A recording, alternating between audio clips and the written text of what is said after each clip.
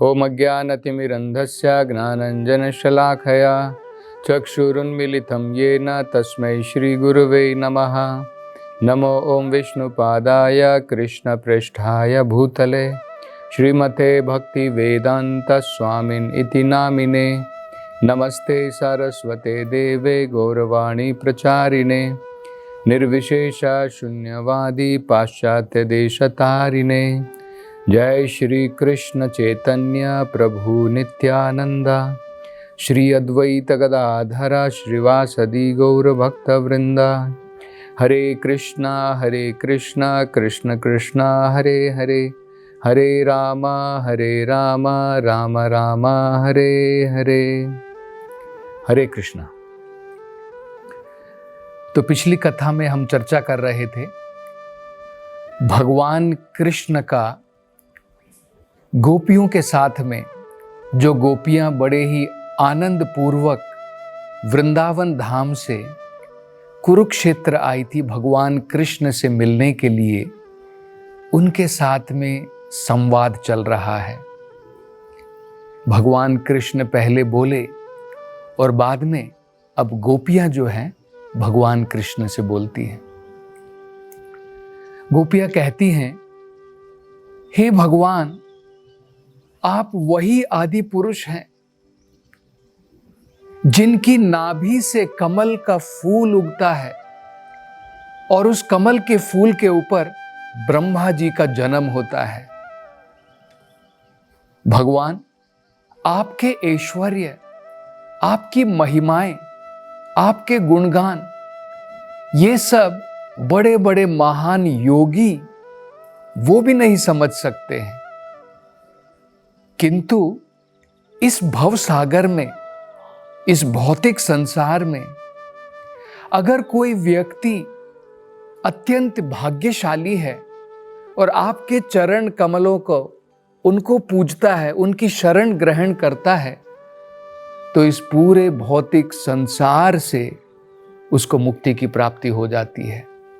जन्म मृत्यु के चक्र से उसको छुटकारा मिल जाता है। मतलब गोपियां कह रही हैं, भगवान, आपको समझना ज्ञानियों के लिए, योगियों के लिए भी मुश्किल है, लेकिन अगर कोई व्यक्ति आपके चरण कमल की शरण ग्रहण कर ले तो भौतिक संसार से उसको मुक्ति की प्राप्ति हो जाती है।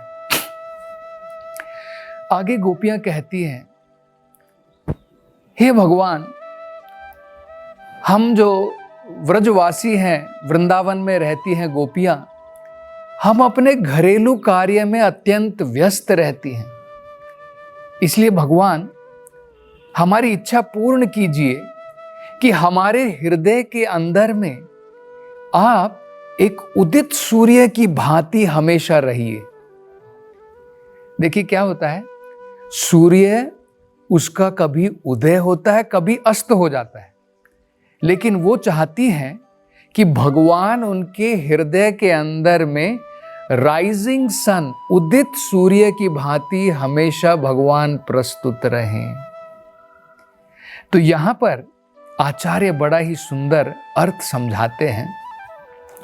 गोपियां ये महान योगियों से भी ऊपर है। महान योगी भी जब भगवान के ऊपर अपना ध्यान लगाते हैं, उनका भी ध्यान भंग हो जाता है, लेकिन गोपियां जो है निरंतर भगवान के चरण कमलों के ऊपर उनका ध्यान रहता है। तो गोपियों का स्थान बड़े बड़े योगियों, बड़े बड़े ज्ञानियों से भी ऊपर है। तो क्या उनके लिए इस भौतिक संसार में मुक्ति पाना कोई कठिन कार्य है? वो तो गोपियां तो इस भौतिक संसार से मुक्त हैं, लेकिन फिर भी एक बद्ध जीव की तरह वो कह रही हैं कि भगवान, हम तो अपने कार्य में, वृंदावन में, व्रजधाम में, अपने घरेलू कार्य में व्यस्त रहती हैं। ये इनकी महानता है।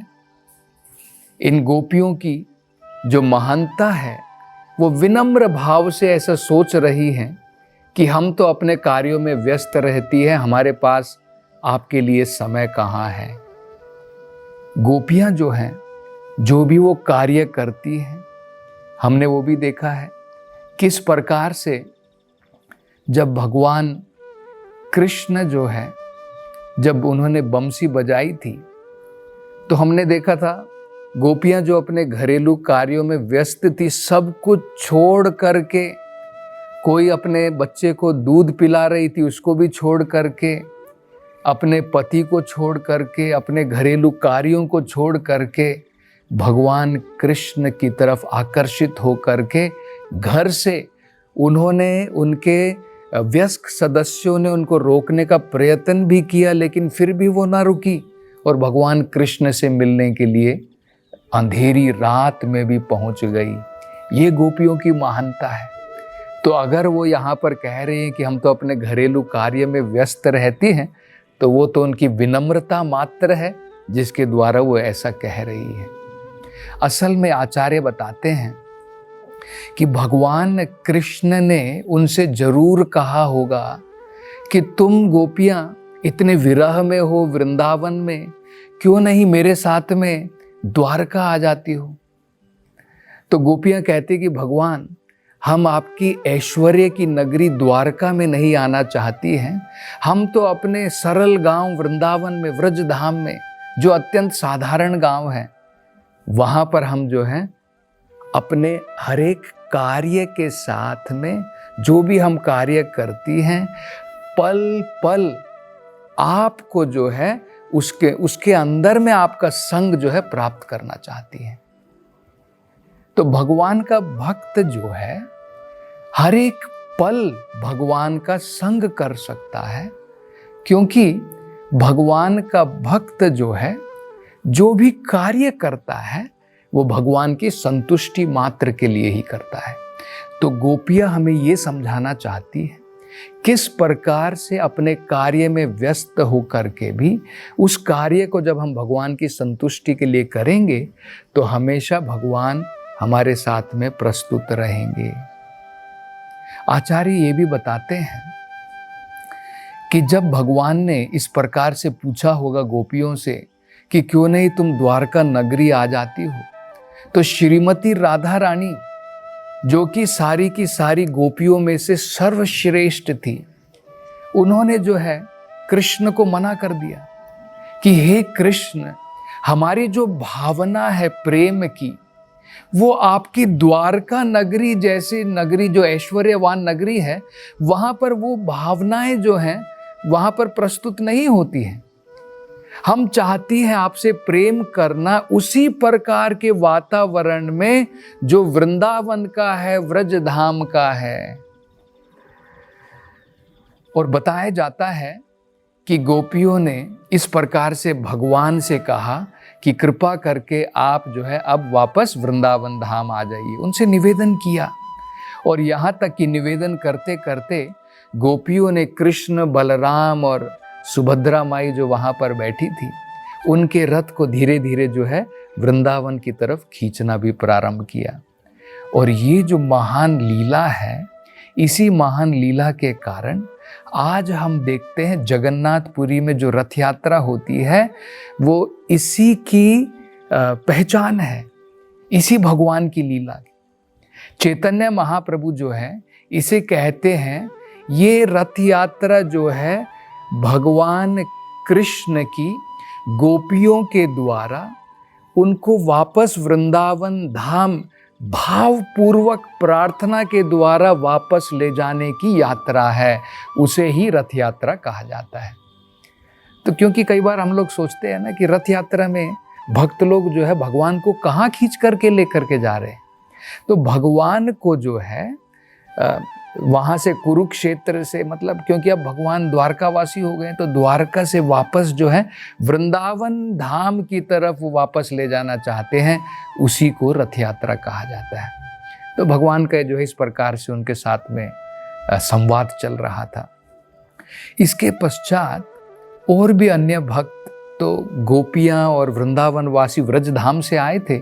इसी प्रकार पांडव वो जो है हस्तिनापुर से भी आए थे कुरुक्षेत्र में भगवान से मिलने के लिए। जिन जिन को भी पता चला कि भगवान जो है कुरुक्षेत्र में वहाँ पर आए हैं, जिस समय में पूर्ण रूप से सूर्य ग्रहण था, तो इसका फायदा उठा करके अन्य राजागण भी वहां पर जो है प्रस्तुत हुए थे। तो अब जो है कृष्ण युधिष्ठिर महाराज को मिलते हैं, उनका आमंत्रण करते हैं।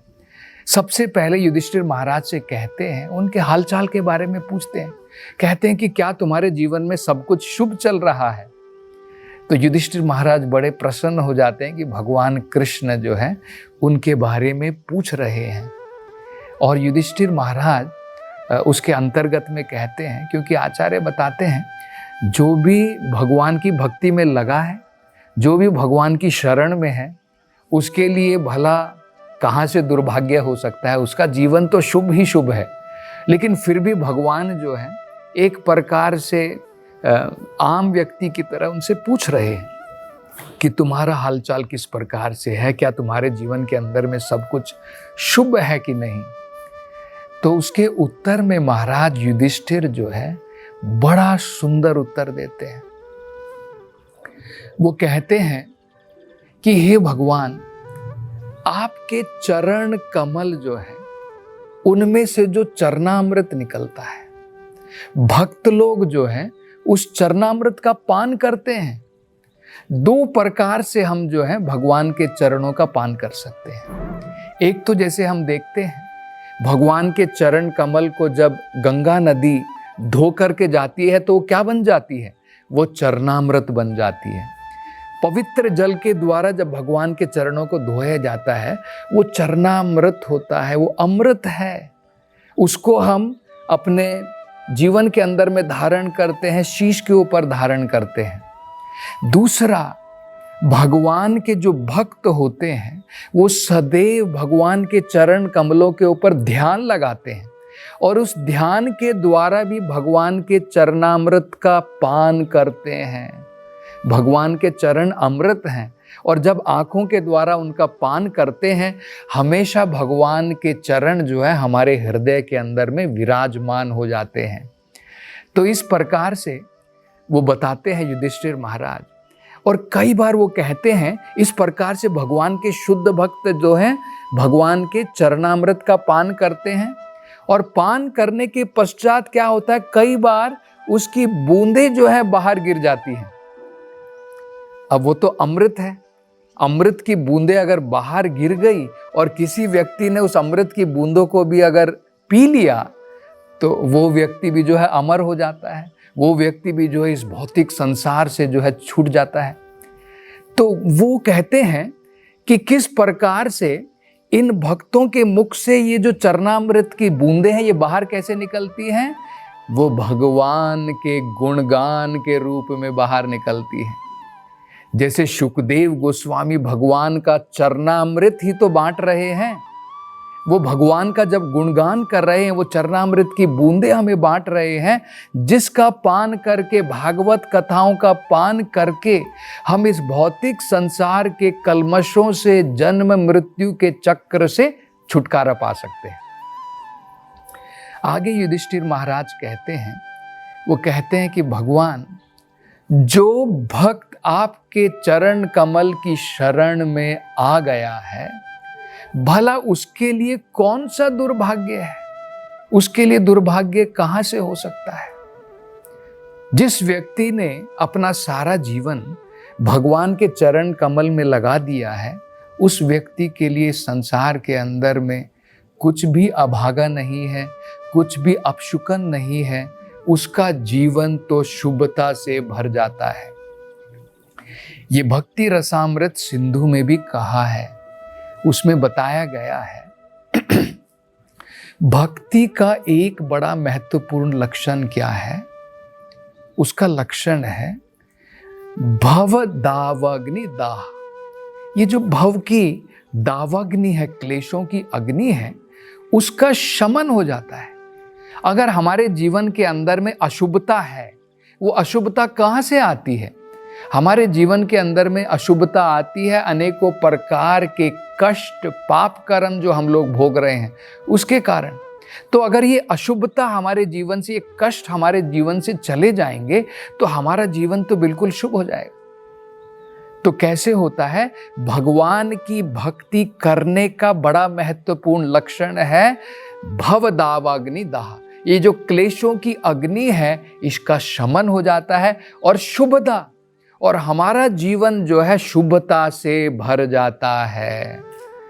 तो इसलिए युधिष्ठिर महाराज जो कह रहे हैं बड़ा ही महत्वपूर्ण है।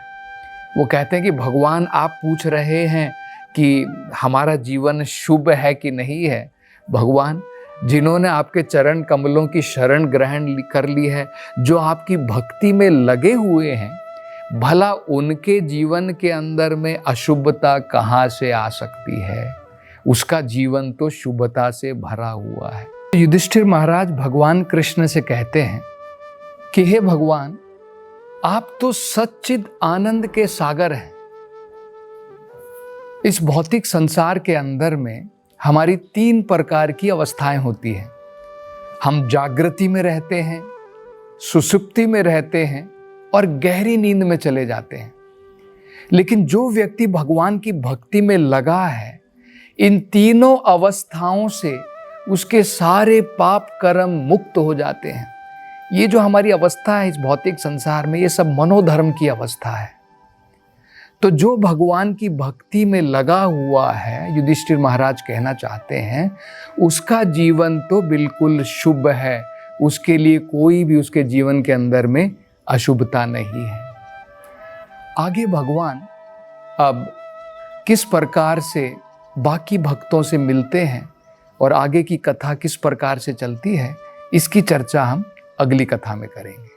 हरे कृष्णा।